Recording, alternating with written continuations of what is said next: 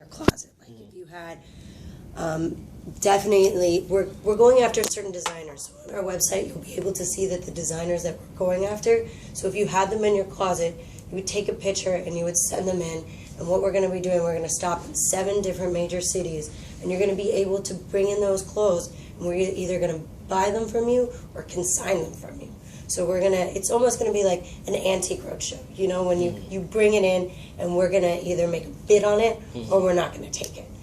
So it's just us gonna be trying to find merchandise from our consumers, you know, because there's so many things, like women love clothes, and you know, but women hoard clothes as well, and you know, they don't want to let them go, even though they probably haven't worn them in years or months. So the great thing is we're hoping that people are definitely going to be like, give them another chance with us in that aspect.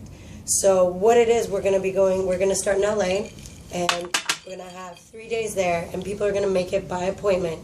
So during this year, you're going to be able to go onto our website, and if you have ladies or anything like that who think they have pieces of clothing that they haven't used, they just send us a photo of what the brand is and everything. We'll look at it, and we'll be able to set up an appointment. But what we're trying to do is have people send in at least 25 items, which is a lot, but if for the average woman, most people have 100. Yeah. Seriously. Yeah. They start going and go, oh yeah, that one. Oh yeah, okay, that's good. Oh, I wore that. No. You know, they don't want to wear it more than once or twice. Right. Exactly. Because the same people, they're going to be at the same events sometimes. And another thing is, a lot of women have a bedroom that's the closet these days. Right. It's really huge. A walk-in, you know, really overflowing. Yes. And so we're looking for those holy grails, those vintage high-end items that are gently loved and can be worn again and loved again. And a lot of times, and a lot of people don't realize this either, but Chanel, if it's a runway piece and they only made so many of it, it goes up 20% in value. Really? It keeps going over 20%, 20%. So a piece you might have bought in the 80s could have doubled by the 90s in price.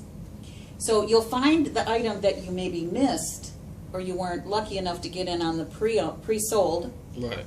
If they only made 10 or 12 of them, Right. and you weren't lucky enough to get it, you could maybe get it again. So one of the things I wanted to talk about was back to school trends. Okay. Now you discussed the 80s style coming back. Would that be something for high school and college students or people in their early to mid 20s as well, or? Definitely. So the 80s and 90s is huge. So of course you grew up in the 90s and 80s, I assume. Yes. So the choker necklaces are coming back, which are great. Because in my opinion, with the high school girls, it's a little different because everyone has the dress code.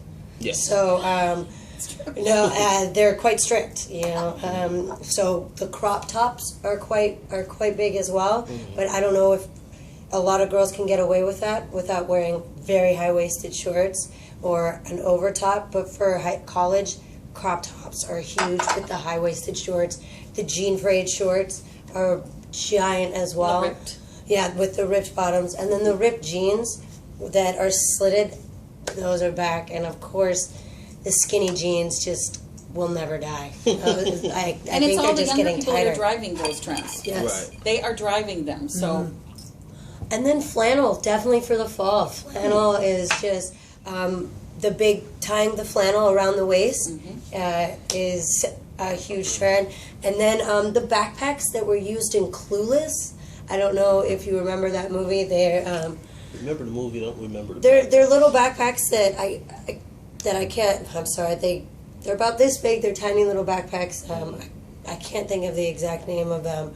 But they tie at the back like this. But the backpacks from them, anything patriotic right now, because with the Olympics happening, people are definitely very, very proud of where we're coming from, especially what's happening with gymnastics and that Phelps, this is his last year. So people are definitely repping America more and more in their outfits. I feel that is something huge that will be, I feel, what will be the fad till the end of the year, and then who knows what sporting, then football's of course back, which people have been waiting for. Then we'll get those ripped jeans on. Yeah. That's right. So from a business perspective, you launched this business over a decade ago. When you started, did you have a global focus or was it just national? It was national to begin with. You know, back in 2005, we didn't have the advancement of the internet like we do now. Mm-hmm. And companies were not outsourcing, for example, a pull, pack, and ship fulfillment warehouse. They didn't have Amazon that can deliver the next day. It wasn't possible. Right. So it has evolved into where it is now. When did you? And it's, you know, it's grown exponentially.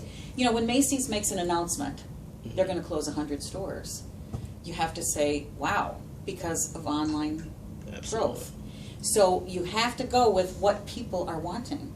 They want to shop in 5 seconds. They can literally be online in our store, shopping in our store in 5 seconds. Right. They can buy an item in 5 more seconds. It takes me longer to go to a regular store, Right. and I can get it the next day. Right. Right. So people want convenience. They want what they want. They want to identify the items. Sometimes they know what they want ahead of time, and they go searching for it. Mm-hmm. That's the cool thing about online. You never know what you're going to find. Very true. Sometimes you see something, you go, oh my gosh, I can't even believe I see this, you know. I never thought I would find this again. Right.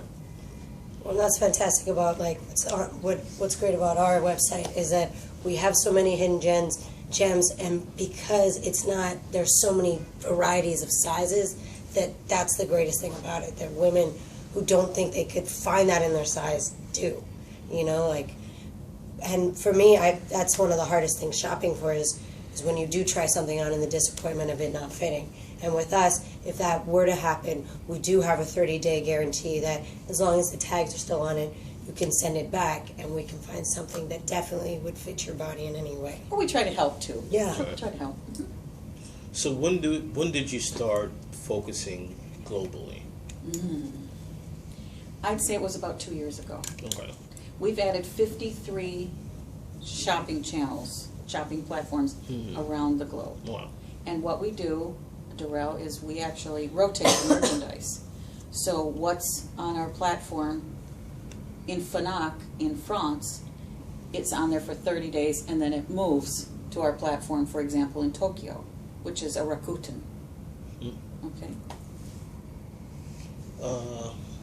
And then it rotates, and if it doesn't sell, it rotates to another platform. So with 53 platforms, people that are going to sell us their merchandise or consign it with us, we keep it for up to a year when we take it on the the Fashion Roadshow, and we'll consign it for up to a year. Normally in a consignment store, and you can check around at the locals and see, typically they take it for 90 days and they drop the price after 30, drop it again after 60, drop it again after 90, and if it doesn't sell, then it's either donated or you come and pick it up. Ours is a bit different. We'll keep it up to a year because we're rotating it around. Right. And we feel this way the person who's consigning gets the best possible price. Right. Makes So people love that also. Right. And it's seen by people global. I mean, doesn't get any better than that. sense. Right. You're not just waiting for how many people, a couple hundred in a week to come into a consignment store. Right. Maybe more in New York, of course.